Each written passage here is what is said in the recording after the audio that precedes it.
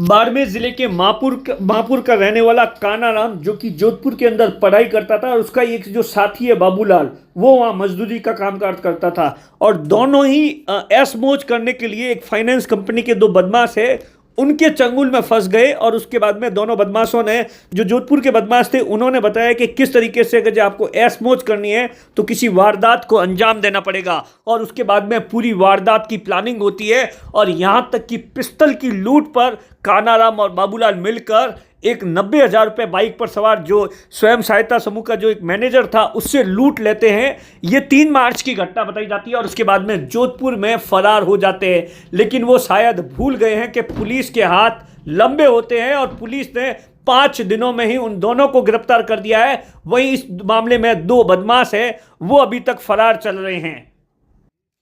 बाड़मेर के गडरा के अंदर 3 मार्च को बाइक पर जो लूट की वारदात हुई थी, उस मामले में बाड़मेर की पुलिस ने आज बड़ा खुलासा करते हुए एक स्टूडेंट सहित एक अन्य आरोपी को गिरफ्तार कर दिया है जोधपुर से।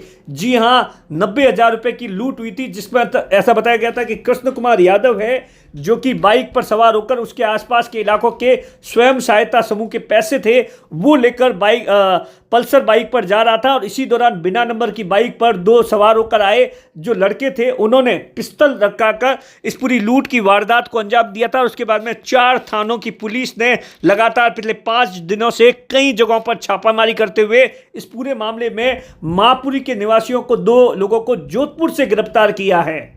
बाड़मेर के एसपी ने बताया कि बाबूलाल और मापुरी का जो निवासी है और उसके साथ में जो कानाराम है, ये दोनों, इन दोनों को जोधपुर से हिरासत में लिया गया है। ये दोनों, ऐसा बताया जाता है कि जोधपुर के अंदर एक स्टूडेंट है और दूसरा मजदूरी का कामकाज करता है। वहीं पर कोई फाइनेंस कंपनी के बदमाश थे, उनके झांसे में फंस गए और उन्होंने मिलकर, चारों ने मिलकर इस लूट की वारदात को अंजाम दिया। अंजाम देने से पहले ऐसा बताया जाता है कि वहां पर बाकायदा दोनों ने रेकी की, और उसके बाद में लोकेशन शेयर करने के बाद में, इस वारदात को अंजाम देने के बाद में, जो दोनों बदमाश थे वो, ऐसा बताया जाता है, जोधपुर चले गए थे। और उसके बाद में पुलिस ने तमाम जो छानबीन करने के बाद में दोनों से संदिग्ध होने पर पूछताछ की, तो दोनों ने इस बात को लेकर जुल्म कबूला है कि एक मैं स्टूडेंट का कामकाज करता हूं, मौज मस्ती करने के लिए मैंने इस लूट की वारदात को अंजाम दिया है। वहीं दूसरा मजदूर बताया जाता है। लेकिन जो 2 अन्य आरोपी है, जिसकी पुलिस को तलाश है, और जो 90,000 रुपये या बाकी जो सामान जो लूटा था, उसकी बरामदगी के लिए भी लगातार पुलिस कोशिश कर रही है। सबसे पहले मैं आपको सुनाता हूं कि बाड़मेर के एसपी ने क्या कुछ कहा इस पूरे मामले पर। दिनांक 3 मार्च 2023 को पुलिस थाना गडरा रोड हल्के में एक फाइनेंस कंपनी के मैनेजर, जिनका नाम श्री कृष्ण कुमार यादव था, भारत फाइनेंस कंपनी के ये मैनेजर हैं, जो स्वयं सहायता समूह से जो कंट्रीब्यूशन है वो कलेक्ट करके जा रहे थे। रास्ते में 4 अज्ञात लोगों ने मोटरसाइकिल पर आकर के, जो कि नकाबपोश थे, हथियार की नोक पर इनके साथ लूटपाट की थी। लूट की घटना में नकदी करीब 90,000 रुपये, लैपटॉप, मोबाइल फ़ोन, बैग और अन्य सामग्री जो फाइनेंस कंपनी के मैनेजर के पास थी, वो सब लूट के ले गए थे। घटना गंभीर थी, क्योंकि दिन दहाड़े लूट की घटना को इन लोगों ने दुस्साहसिक तरीके से अंजाम दिया था। इस कारण से पूरे ज़िले के अधिकारियों को एकत्रित करके एक विशेष टीम का गठन किया गया, जिसका नेतृत्व additional SP headquarter Barmer, deputy SP Chautan और उनके सर्किल के 4 थानाधिकारी एक साथ इस घटना की पतारसी करने में लगे, जिसमें आज हमें सफलता मिली है। और जो रामसर थानाधिकारी की टीम, दाऊद खान जो हैं, उन्होंने जोधपुर से 2 बदमाशों को दस्तयाब करके नियमानुसार उनको गिरफ्तार किया गया है, जिनका नाम बाबूलाल पुत्र देसल राम और कांजी उर्फ कानाराम, दोनों निवासी मापुड़ी गांव, हल्का गडरा रोड थाना है। इन्होंने दोनों ने घटना को कारित करना स्वीकार किया है, और ये भी सामने आया है कि इसमें इनके जो 2 अन्य साथी थे, जो मुख्य रूप से इस घटना में शामिल थे इनके साथ, उन दोनों को भी नामजद कर लिया गया है। इनमें से एक का क्रिमिनल रिकॉर्ड है, दूसरा छात्र है, और बाकी जो 2 अन्य आरोपी हैं वो आला दर्जे के बदमाश हैं, जो जोधपुर शहर में भी लूट के प्रकरण में वांछित हैं, NDPS के प्रकरण में भी वांछित हैं, जिनको इनकी इत्तला से, इनके पूछताछ के आधार पर जल्दी गिरफ्तार कर लिया जाएगा।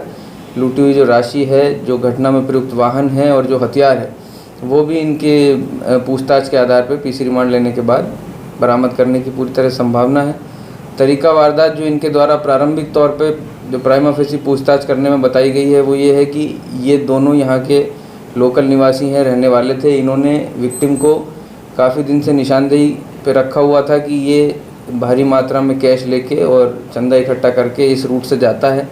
ये दो अन्य बदमाश जो जोधपुर के निवासी हैं, डांगियावास और जोधपुर कमिश्नरेट के निवासी हैं, उनके संपर्क में आए और इन चारों ने मिलकर के उन्हें लूटने का एक ये योजना तैयार करी, जिस योजना के तहत एक दूसरे को लोकेशन, मुस्तकिस की लोकेशन देते हुए और एक योजनाबद्ध तरीके से इस लूट को अंजाम दिया गया है, जिसमें ये चारों ही इस कॉन्स्पिरेसी में शामिल हैं और इस तरह से इस लूट की वारदात का जो है वो डिटेक्शन हुआ है। अच्छा, इसमें जो वाहन थे वो एक थे, दो थे, ये बाइक पे आए थे या फोर व्हीलर में थे ये लोग? ये दोनों मोटरसाइकिल पे थे और एक मोटरसाइकिल तो निश्चित तौर पे थी और बाकी रेकी के लिए अन्य किन किन वाहनों का प्रयोग इनके द्वारा किया गया, ये पूछताछ में सामने आएगा। सर, कि जो जिस बंदूक की नॉक पर लूट की बात है, तो वो बंदूक भी पुलिस ने जब्त कर ली? आज हमने इनको गिरफ्तार किया है। इनका पीसी रिमांड लेने के लिए माननीय न्यायालय में निवेदन किया है और रिमांड में इनकी निशानदेही से हथियार और जो वाहन है वो बरामद किए जाएंगे। क्या सर, जोधपुर के जो आरोपी हैं, पहले ही बाड़मेर में इस प्रकार की घटना है या फिर उन्होंने दूसरी जगह की? बाड़मेर में उनके द्वारा इससे पहले क्या क्या घटना कारित की गई है, ये उनकी गिरफ्तारी पर पूर्ण रूपेण साफ हो जाएगा।